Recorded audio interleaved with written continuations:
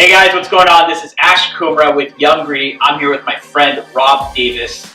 He is a very successful investor, operator, and really understands the nuts and bolts of what it takes to raise capital, how to scale a company, and frankly, just how to be a successful founder. Before this interview, we had a very engaging conversation on all the things that you need to do as a founder and how to grow a company, and it's quite a lot. So thanks for being on this interview. Welcome. Thank you. So give us a quick rundown on who you are and how you got to where you are now. A quick rundown? Yeah. That's a fun one. You mean about my past? Yeah. Like a resume, like an interview. Yeah, pretty much. I grew up in Huntington Beach. I went to school at SJSU, San Jose State University, pursued my degree at Mass Comm, and then I went to work at aerospace, and then I was part of a startup team for a snowboard factory. I was in charge of inventory. The company grew. The company got acquired by Ride, and then got acquired by K2. I worked my way up the chain and became the VP of operations for K2, and responsible for building 500 snowboards a day. Wow. Snowboards, wakeboards, and bindings.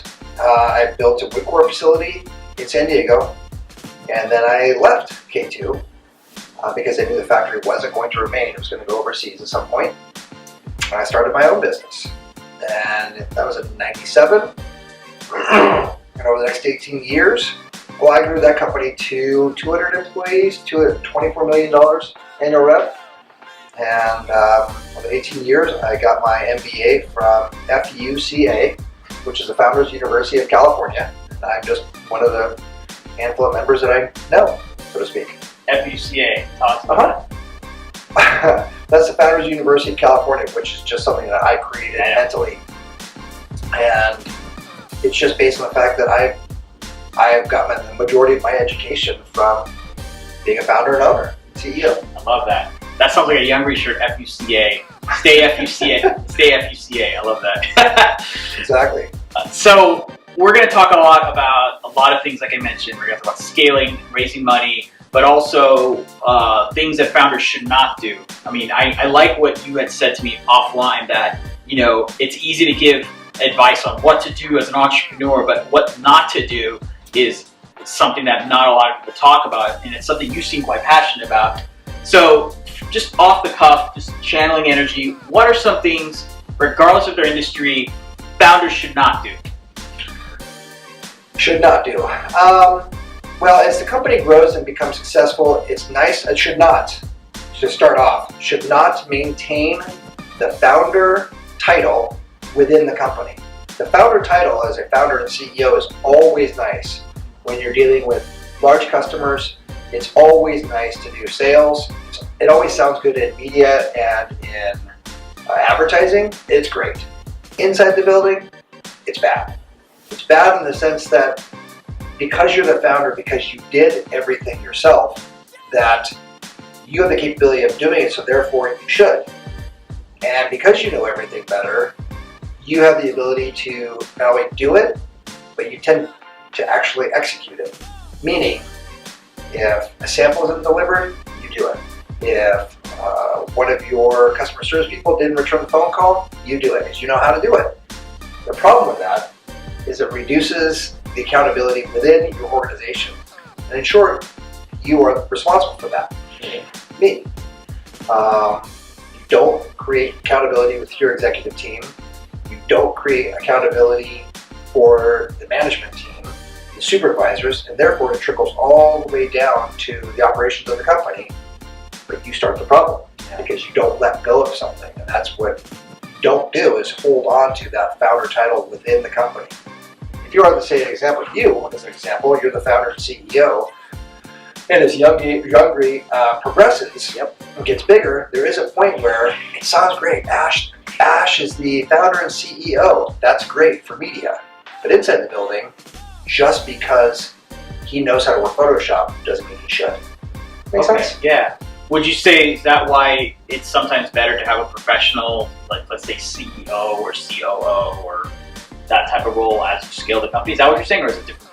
Well, it's both. It's one of both. I mean, you may grow into, again, to use you as an example, you may grow into the CEO position. Okay. I grew into it on my end. However, I maintained both the founder and the CEO. The problem with that is that I just held on to one too long. And therefore, I could have been way more successful had I done that. But I've learned, which makes me successful in that right. But having somebody as a mentor or an advisor to you if you're growing into the CEO is crucial. That may mean that as you grow and YOUNGRY grows, that you do get somebody in here as a CEO at one point, but that's where you're learning from that CEO, and therefore now you may become the CEO later. Okay. Make sense? I like that. Yeah, that makes sense. I like that. What are some other two don'ts or don'ts? Some other two don'ts is don't get trapped within your own company, your own industry for a long time. It's important that you maintain your network of individuals outside of your company and outside of your industry with people of your own levels of your executive position. So if you're C-level and you're CEO, you should be networking with other CEOs regularly. That's one don't. Another don't is don't include your personal life in your workspace. Explain that. That's a really good thing. I love to hear that. Well, that's a very hard thing, especially in the social world that we are in today, because there's a tremendous amount of ambiguity of who you are personally and professionally. People don't need to know where you live. People don't need to know your kids' names. They don't need to know what kind of cars you drive. That's all personal stuff. Overall, it's nice to show that you like skiing, that you have kids, that you are a family guy, but that's about it. And even inside the building, that is the same way, because when you bring your personal life in there, that also creates a friendship model between you and your staff. That is a very difficult one to break. Very difficult, because it's difficult, especially as a founder, and like I am, or I always have been. I like to be friends with my employees. I love, hanging out with them and talking with them and working through their problems. But note, that's not my job. Yeah. As the CEO, my job is I'm responsible for the vision of the company, where we are going, and it's my responsibility to delegate the responsibility to other individuals within the company to support that vision. That's my job. Okay. And if I end up doing some of those things like sales or operations, then I'm actually doing their job, and that takes me off my game as a leader. I love that. Make sense? That makes a lot of sense, and I think it's very helpful for people to see that business and friendship are two separate things. And I mean, I've done that in the past, and other founders have done in the past, and sometimes at the end of the day, business comes first in those hard decisions. When you're a friend, it's different because you got to think as a friend. But that's a very interesting point. Well, your friends have a lot of flexibility with you, though. You could loan a friend $10, right? Yes. Do you expect that money really to come back? No. But when you loan an employee $10 back, do you expect that money back? Yes. But if you're friends with them, do they think that they should pay you back? No. No. Yeah. Mm-hmm. And they're late for work, and they're not showing up on Mondays, and they're not hitting their KPIs, or their key performance indicators. Notice I'm saying all the accountability factors that friends don't do with each other. Taking that idea of KPI, because I agree, KPI can also is another word for KPI is what are the tangibles that you have to have as a business. So let's say funding. Like you have seen different companies pitch for investment, whether it's through groups like Heco's Angels or individual angels or funds like Hope Fund. What are the commonalities that you're seeing on what the fundable entrepreneur should have? Are you asking what intrigues the investors? Yes, absolutely. I think the thing that intrigues right out of the gate, number one, if it's beyond the idea phase, that's one that's intriguing. Number two, if there have been steps that have been taken to protect that idea, and like IP, like intellectual property, which is patents, trademarks, copyrights, filed, granted, those are all important. Those are intriguing. What's really intriguing is if there is revenue that's already generated. In addition, if you as the entrepreneur, as the founder, and as the CEO, you've already conquered some of the obstacles and you created barriers to entry, those are all things that investors love. Things like that, especially if you can actually dictate when you're going to be profitable and you have cash flow, those are all positives. I love that. Make sense? Yeah. That makes a lot of sense. Is there when you talk about IP and copyrights, what do you mean by having it protected? Well, let's just say, for instance, that you and I come up with a detachable watch. Okay. Okay? And we come up with this great idea. We should go off and we should talk to an attorney about protecting our idea that we just wrote on a piece of paper. The mistakes that I've seen, now this is not in the angel world or investment world, the mistakes I've seen entrepreneurs do is they create the idea, they write the idea, and then they just go back and forth and they actually start posting it, whether it's Instagram, any social media, they tweet about it, they put it on the web, they email it. Once it's out there, that idea, and it's all publicly stated, it becomes non-patentable at that point. Nobody really knows that. They don't really teach you that in school, so to speak. And you can go to a community college and you have a great idea, but that's where the basis of protection is, on that concept. That's on patents. On copyrights, same as borderline true with artwork. It's original artwork, it's original logos, it's your concept of that. And protecting that copyright, filing for it is really easy to do. Very, very easy for you to do as an individual versus going through attorneys.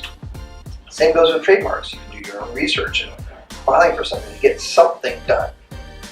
But, or however, it is more tangible for an investor to see that you've done that with legal counsel, not on your own. I love that. Make sense? Yeah. All right. That's very helpful, guys, and I hope you guys really take what he said, because as an entrepreneur, we all have grandiose ideas. We all think our systems are great, but if there's a patentable or copyright or trademark opportunity, just be protected. And what's great about the good lawyers is that the ones that see that you're very early in your stage, you're young, inexperienced, hungry, and efficient, i.e. Youngry, is you can work out a deal. We're like, hey, I can't pay you right now, but can we work out a payment plan, or when we get funding, can we pay you then? And the good lawyers will generally do that. I've seen that in the ecosystem, and so keep that in mind. So don't be afraid of asking for help. You have such a diverse background. I mean, with K2 and your other manufacturing. Right now, I mean, if you look at the trends right now in the news, it's all about retail and manufacturing companies, whether it's Walmart buying Bonobos or Amazon buying Whole Foods. There's a lot of people that are in that space of whether it's a clothing brand or they're a retail-based kind of entrepreneur. What do you see? What do you predict is happening, or what's going through your head when you're seeing all this? Well, we have to remember, you just want my opinion, yes. Right? I can't dictate whether it's based on data, but we're just here in the U.S. overall. I can't speak for Europe, okay. South Korea, China, Japan, or Mars for that matter. What retail is going through today is just a very significant change in the landscape of what it once was and what it's going to. Retail, brick and mortar retail, is not going away. It's just not, because tactile products are things, meaning things that people need to look, touch, and see physically are important. Like the vase is an example. That can be bought online if I know exactly what that is, what I had once before from that manufacturer. That's great. But online, I can't tell if it's plastic, if it's light, if it's heavy, if it really is shiny like the photograph says. So people need to see some of those things, especially when it comes to high dollar amount pieces of furniture. Or cars. Or cars, for that matter. Exactly. Even cars are taking a different landscape. You can now order cars online and dictate the color, the interior, the exterior, the wheels, whether you want aluminum, whether you want shining, all those things. You can buy a car online now, but still, you want to test drive it. So the lots may change their configuration, but however, it means you can go test drive it. It's like a television. It's Sony or Samsung, which one do you want? You want to see it. So Best Buys, they'll change the landscape a little bit. They'll become more showroom. Clothing, apparel, That will change the dynamic. So, Walmart Bonobos, why did they buy Bonobos? Well, again, extra goes to my opinion, but I think Walmart is looking for other venues of brick and mortar that they currently do not have, because Walmart is a brick and mortar primarily, and they're going after their e-commerce, which is they're doing a great job at that, but they need to diversify their brick and mortar so that they can actually own more of the geography and brand, as an example. Amazon, on the other hand, is reaching to build brick and mortar that they don't have any at this point, other than, say, the Whole Foods. They'll run into their own challenges associated with two different cultures with two different companies. But that is what I believe, my opinion is, that they are trying to build and create a structure of their own brick and mortar that is already established rather than just beginning on their own. Okay, makes sense? Yeah. All right. So I was asking if it makes sense. I was doing it like 4 times already. It's all good, man. What's if you were starting a retail brand right now? Let's just say the ski industry, because you said K2 and you talked about it. I love their products and I've used them. The ski industry, creating a new brand of skis, and what would you do now, given what you've seen, given what you've experienced? What would you do differently? Based on my abilities today and what I would do? Yeah. If you were a founder, early founder, and you got raised a little money, I'll give you some tangibles. You raised a little seed round to get it running for like 10, 12 months. You got what you need to get out there. What would you do differently? In today's market, what I would do differently on a sporting goods brand is I would make it more personable and more customizable to the owner's desire. And the market still exists for people who want skis, as an example. Yeah. You can go to Big Five, you can go to, well, you can't go to Sport Chalet anymore, they're gone. But you can go to some of these ski companies that actually field the skis and say, I want this pair of skis for $500, $800, $1,200. However, if you had the ability to own a pair of skis today, but now if you want the newest upgrade that says Ash Kumra, YOUNGRY, you can put your own design on there, and you can create the hardness of the PTEX underneath it. And you can pick the different side rail on there, but it's going to cost you about $1,700. You do it. Yeah. Because people want that. People want that individualization and control of what product they have. Same thing with apparel. People love that.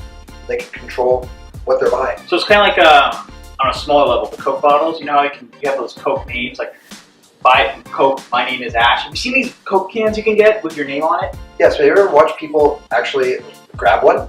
They love it. Well, people actually look for different things. Like, and just watch for the 1 to 2 seconds when somebody opens that. I watched it, and what they do is they look at it, and they look at it twice, and they will intentionally grab a man's name or a woman's name. That's just what they do. They don't look for, Michelle in there. They don't look for Robert in there. They just grab men or women. But they're gravitating to one versus the other. Yeah. And I love that, because what Coke is doing is they're differentiating themselves in that whole cabinet with Snapple, with Gatorade, and then you have a Coke that has some type of personable interaction with human beings that they just do. Yeah. And that's a cool thing. I found myself 2 weeks ago, I don't drink sodas anymore. I found myself opening it up. I did exactly what I just described. I was like, oh, wow, names. Wow, that's a cool name. And I grabbed it. I don't drink sodas, but I did buy one. No joke. And I drank it, which was unfortunate. If there's one takeaway I can get from this interview is what you just said about the individualization. It's such a key thing. Are there other industries that you have seen or that you feel are doing a good job with this individualization? Tongue twist. Doing something like that? Can you say all that again? No, I'm joking. Yeah. Yeah, I think that applications are doing that.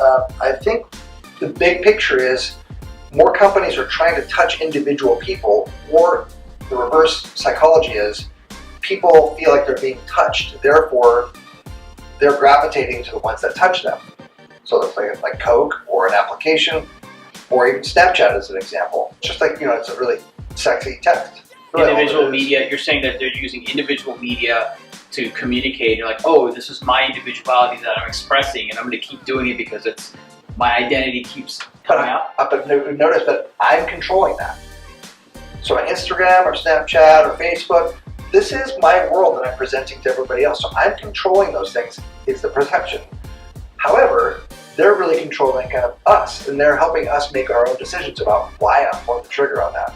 Wow. If you look at the kids, they're touching that because they're in the now, but there's something that's pulling them to that, and that's that constant evolution of every one of those apps.